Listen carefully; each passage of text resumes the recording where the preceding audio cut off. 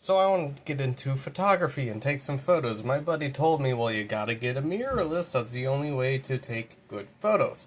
That is a blatant lie. Here's why. Here we have a Canon 5D Mark III, and here we have a Sony A3000.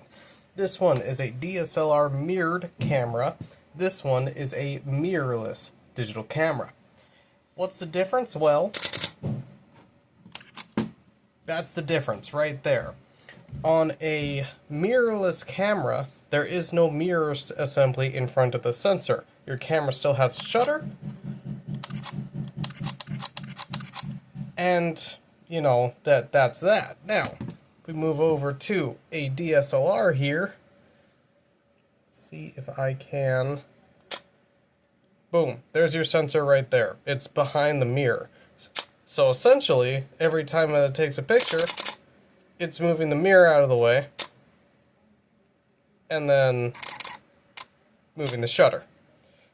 Right? Okay? That's the only difference between mirrored and mirrorless, or between a mirrored DSLR and, or just any DSLR and a mirrorless camera, is there is no mirror assembly. Now, what does this mean?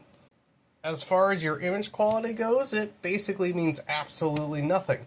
For example, both of these cameras shoot at 6 FPS. Now, to be fair, if you go with a much more higher-end mirrorless camera, you can go well beyond 6 FPS, while mirrorlesses cannot, because it has to move that big old mirror assembly.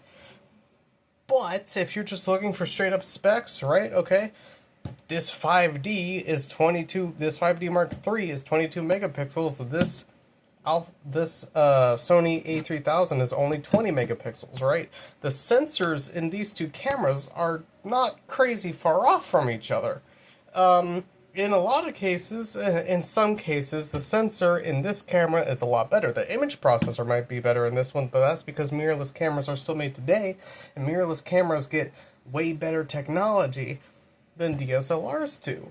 But if you're just trying to get started, I would look into an older, more professional DSLR over a beginner mirrorless for the same amount of money.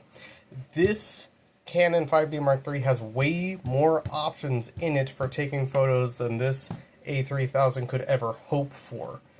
And as far as autofocusing points, if I have my knowing, or if I have my know-how correct, this one has more autofocusing points. It really depends on what all you want. You also got to take lens mounts into account.